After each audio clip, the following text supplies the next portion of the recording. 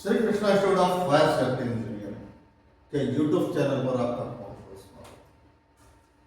जैसा कि हम लोग इंडस्ट्रियल सेफ्टी में अभी तक 1000 का चैप्टर पूरी तरह से कंप्लीट कर चुके थे। अब अगला चैप्टर है हमारा एक्सीडेंट। एक्सीडेंट के ऊपर अपने बहुत सारी चीजें समझने की जरूरत है। एक्सीडेंट क्या है, एक्सीडेंट कितने प्रकार का है, इस एक्सीडेंट में हमें क्या करना है, ये सारी चीजें हम इस वीडियो में देखेंगे। ठीक है, तो वीडियो लगभग 3 से 4 पार्ट में बनेगा, क्योंकि वीडियो थोड़ा लंबा बन सकता है। तो आपसे रिक्वेस्ट है कि चैनल को लाइक सब्सक्राइब करते रहिए ताकि हर वीडियो आपको समय से मिलता रहे। तो चलिए हम लोग शुरू करते हैं इंडस्ट्रियल सेफ्टी में चैप्टर एक्सीडेंट।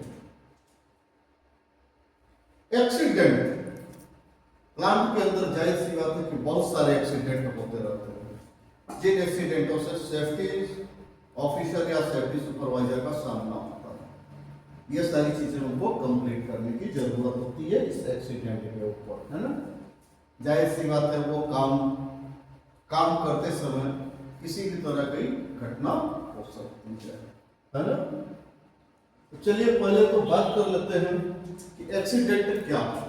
तो एक्सीडेंट क्या है? कार्य स्थल पर घटने वाली वह छोटी बड़ी घटना जिसमें व्यक्ति या मशीन आदि को किसी प्रकार का नुकसान पहुंचा हो, वह घटना एक्सीडेंट कहलाता है। कहने का मतलब क्या है कि कार्यस्थल पर, यानी जहां पर काम चल रहा है, वहां किसी प्रकार की घटना छोटी बड़ी कुछ भी हो जिसमें मैन और मशीन को किसी तरह का नुकसान पहुंचा हो, यानी नुकसान हो चुका हो, उसको क्या बोलते हैं? एक्सीडेंट। बात समझ में आ रहा है? तो ये सीधा सीधा एक्सीडेंट का डेफिनेशन होता है, इसको पूरी तरह से तैयार करना। उसके बाद बात हम लोग करते हैं कि टाइप ऑफ एक्सीडेंट। एक्सीडेंट कितने प्रकार के होते हैं? तो एक्सीडेंट 2 प्रकार के होते हैं। एक्सीडेंट 2 प्रकार के होते हैं, है ना। ये अक्सर पूछा जाता है कि एक्सीडेंट कितने प्रकार के होते हैं। ये हमेशा ध्यान रखिए, एक्सीडेंट 2 प्रकार के होते हैं। पहला होता है रिपोर्टेबल एक्सीडेंट और दूसरा होता है non reportable accident. Reportable accident बोलो तो जिनकी हम रिपोर्ट करते हैं, है ना, और नॉन रिपोर्टेबल एक्सीडेंट जिनका हम रिपोर्ट नहीं करते हैं लेकिन डॉक्यूमेंटली काम करते हैं, सारे डॉक्यूमेंट अपने पास बना करके रखते हैं, है ना, ताकि हम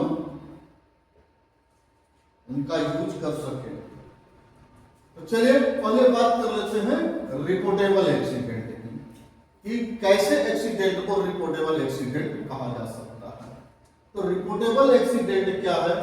घायल व्यक्ति यदि 48 घंटे तक कार्यस्थल पर नहीं आ पाए तो उसे रिपोर्टेबल एक्सीडेंट कहते हैं।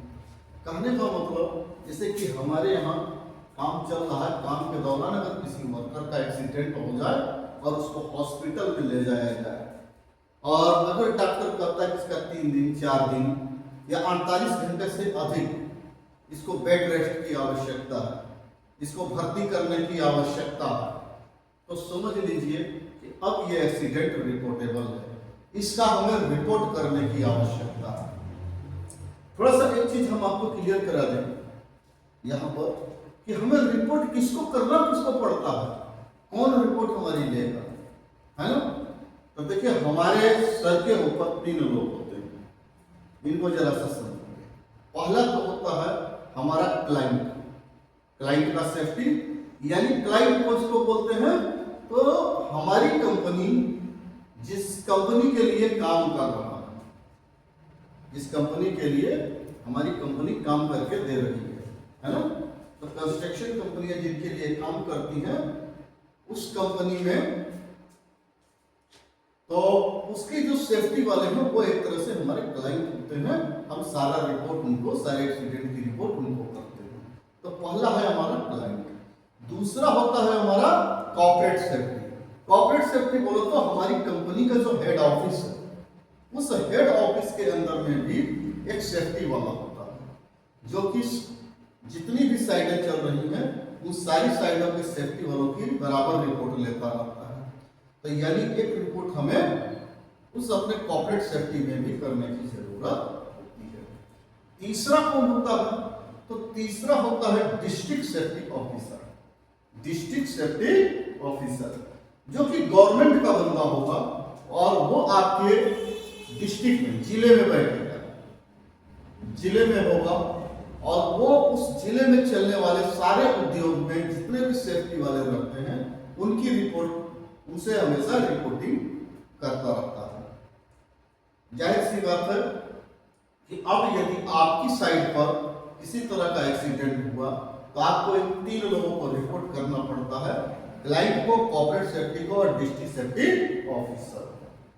तो यहाँ पर वही चीज है कि रिपोर्टेबल एक्सीडेंट यानी जिनकी हमें रिपोर्ट करने की आवश्यकता है। तो रिपोर्ट किसको करने की आवश्यकता, किस चीज की करने की आवश्यकता है?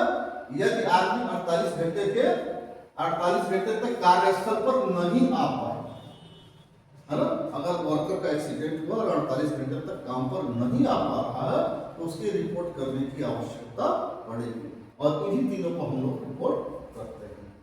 ठीक है, तो थोड़ा सा और आगे बढ़ते हैं।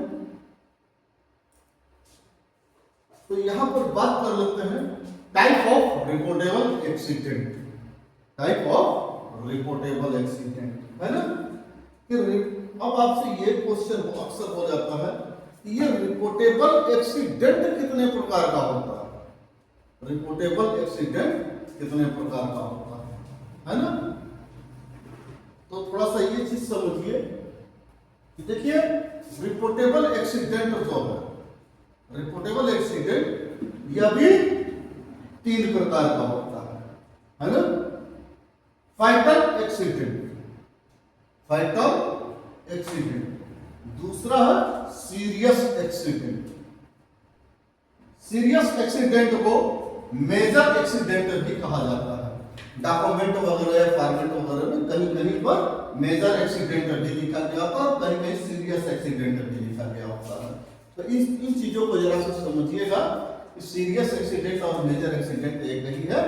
तो यानी दूसरा क्या है? सीरियस एक्सीडेंट, और तीसरा क्या है? Minor accident.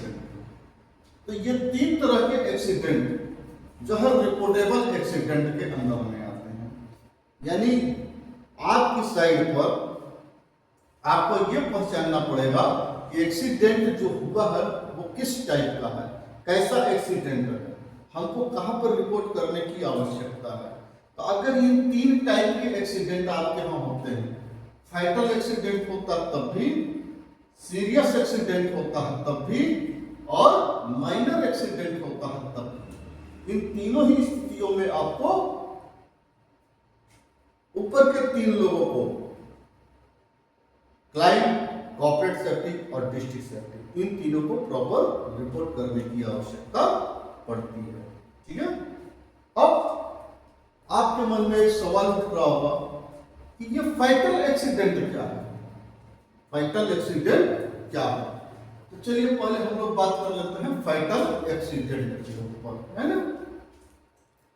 तो वह दुर्घटना जिसमें व्यक्ति का कार्य करते समय कार्यस्थल पर मृत्यु हो जाती है उसे फाइटल एक्सीडेंट कहते हैं, है ना। उस एक्सीडेंट को फाइटल एक्सीडेंट कहते हैं, है ना।